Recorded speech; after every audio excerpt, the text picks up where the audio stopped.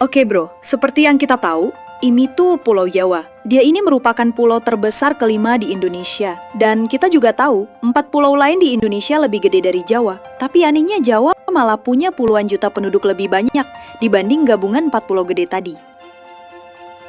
Serius, Jawa itu cuma pulau terbesar ke-13 di dunia. Tapi dengan jumlah penduduk yang tembus lebih dari 148 juta orang, Jawa jadi pulau paling rame seantero planet. Ngalahin 12 pulau lain yang ukurannya lebih gede, termasuk Honshu di Jepang. Padahal di Honshu itu ada Tokyo, kota paling rame di bumi. Bahkan ngalahin juga Inggris Raya yang diisi Kepulauan Great Britain. Tapi yang paling mind-blowing nih, penduduk Jawa tuh isinya lebih banyak dibanding Rusia yang merupakan negara paling gede di dunia. Jawa punya 148 juta jiwa, sedangkan Rusia cuma 146 juta. Padahal luas Jawa itu 123 kali lebih kecil dari Rusia. Gini deh, bandingin Pulau Jawa sama Australia, yang notabene satu benua sendiri. Tapi lucunya, penduduk Jawa itu 5,5 kali lipat lebih banyak dibanding penduduk Australia. Kalau Jawa berdiri sendiri jadi negara, dia bakal jadi negara dengan populasi terbesar ke-9 di dunia. Karena lahannya kecil, otomatis Jawa jadi salah satu tempat paling padat seantero planet. Kota terbesar di Jawa dan ibu kota Indonesia, ya untuk saat ini, yaitu Jakarta, dihuni lebih dari 33 juta orang. Itu bikin Jakarta jadi kota metropolitan terbesar kedua di dunia. Tipis banget di bawah Tokyo. Nah, semua fakta gokil ini bikin kita bertanya-tanya. Kenapa dan gimana caranya pulau sekecil ini bisa diisi orang sebanyak ini? Ada banyak alasan bro, tapi mari kita mulai dari hal yang jadi kekuatan super buat Jawa dan Indonesia. Gunung berapi.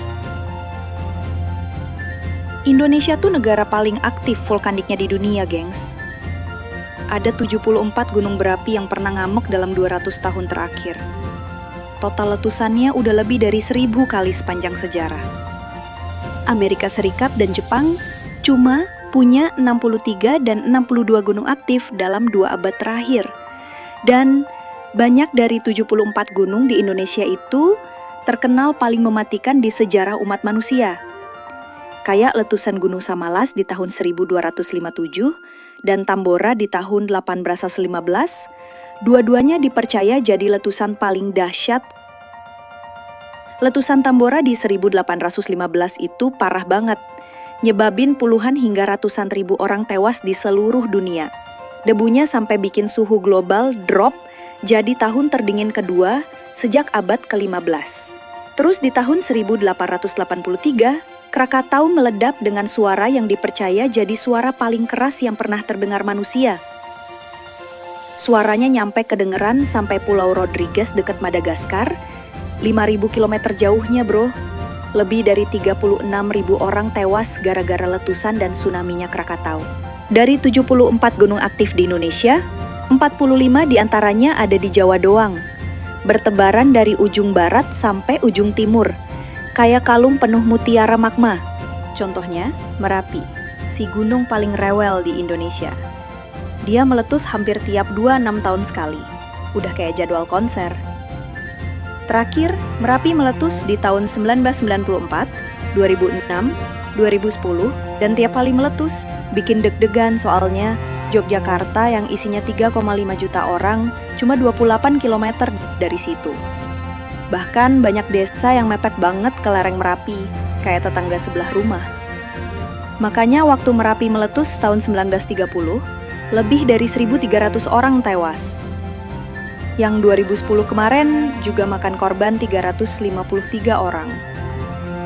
Selama ribuan tahun, semua gunung api ini udah bikin ribuan orang tewas di Indonesia. Kelihatannya emang serem dan gak layak dihuni kan?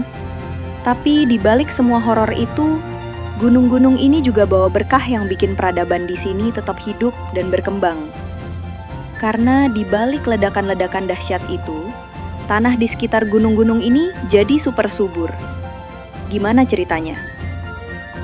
Nih, di bawah permukaan Jawa, ada pertempuran epik antara lempeng Indo-Australia dan lempeng Sunda. Lempeng Indo-Australia nyungsep ke bawah lempeng Sunda, terus magmanya naik ke atas, boom! Jadilah gunung api. Alhasil, tanah di sepanjang Sumatera, Jawa, sampai Nusa Tenggara, itu hasil dari proses geologi brutal jutaan tahun. Letusan demi letusan nyemprotin abu dan sedimen yang bikin tanah di situ jadi lahan pertanian yang subur banget. Jadi meskipun hidup dekat gunung itu risikonya tinggi, manfaatnya juga gede. Setiap kali gunung meletus, dia ngasih pupuk alami berupa abu vulkanik yang bikin tanah makin subur. Itulah kenapa orang tetap betah tinggal di sekitar situ, meskipun sering diomelin sama Merapi atau Krakatau. Sebelum pupuk industri ditemukan abad ke-19, tempat terbaik buat pertanian ya di dataran banjir dekat sungai atau di sekitar gunung api. Karena di sanalah tanahnya terus dapat suplai mineral baru. Sama kayak peradaban Mesir kuno yang hidupnya nempel di Sungai Nil, orang Jawa pun hidupnya nempel di lereng-lereng gunung api. Tapi subur doang nggak cukup, bro. Ada faktor lain yang bikin Jawa makin spesial. Pulau Jawa itu strategis banget lokasinya, deket garis khatulistiwa. Jadi suhunya anget terus sepanjang tahun. Hujan juga sering mampir karena ada angin muson. Makanya, kombinasi tanah subur, cuaca hangat, hujan melimpah, udah kayak surga buat bertani. Dan tanaman paling jago bikin perut kenyang di sini adalah padi. Padi itu ibarat cheat code buat peradaban. 1 hektar sawah bisa hasilin 11 juta kalori, bro. Bandingin sama gandum yang cuma 4 juta kalori per hektar. Gampangnya, di lahan kecil aja, sawah bisa ngasih makan 4 kali lebih banyak orang dibanding gandum. Tapi nanam padi itu butuh tenaga ekstra, karena panennya ribet banget. Kalau gak ada mesin, 1 hektar sawah bisa ngabisin 198 sampai 395 jam kerja manusia. Gandum cuman butuh 23 jam doang. Makanya, masyarakat petani emang cenderung punya keluarga besar, biar bisa gotong royong panen. Untungnya, di Jawa ini tenaga kerja melimpah. Dan karena padi bisa panen 3 kali setahun di sini, populasi di Jawa pun makin hari makin mengedak. Beda cerita sama Borneo atau Papua. Meskipun gede dan hujannya banyak, mereka nggak punya gunung api. Jadi tanahnya gampang kehabisan mineral kalau hutannya dibabat. Jadinya, susah buat bikin pertanian skala gede di sana. Makanya penduduk di sana nggak sebanyak Jawa. Sampai sekarang, Jawa nyumbangin 56% produksi padi nasional dan dihuni lebih dari setengah penduduk Indonesia. Padahal luasnya cuma 7% dari total daratan Indonesia. Selain karena tanahnya subur, Jawa tuh udah jadi pusat pemerintahan, ekonomi, dan pembangunan. Jadi makin banyak orang dari daerah lain yang hijrah ke Jawa. Begitu teknologi pertanian makin canggih, pupuk industri mulai dipakai, penyakit makin bisa dikontrol, populasi Jawa makin meledak. Dulu, pulau paling padat penduduk di dunia itu Honshu, Jepang. Tapi tahun 1980-an, Jawa resmi geser Honshu, buat jadi pulau paling rame sedunia. Dan sampai sekarang, jaraknya makin jauh.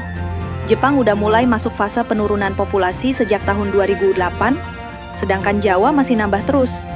Memang sih, laju pertumbuhannya melambat dibanding zaman dulu, tapi tetap aja masih nambah. Jadi udah pasti Pulau Jawa bakal jadi pulau terpadat di bumi untuk waktu yang lama. Indonesia itu negara terbesar di Asia Tenggara, dan populasi keempat terbesar di dunia setelah Amerika Serikat. Sejarah kepulauan ini tuh seru banget, bro. Dari dulu udah jadi pusat perhatian dunia.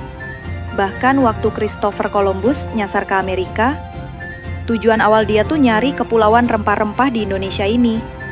Dulu rempah-rempah di sini tuh barang mewah banget. Bikin Eropa pada rebutan buat nguasain pulau ini.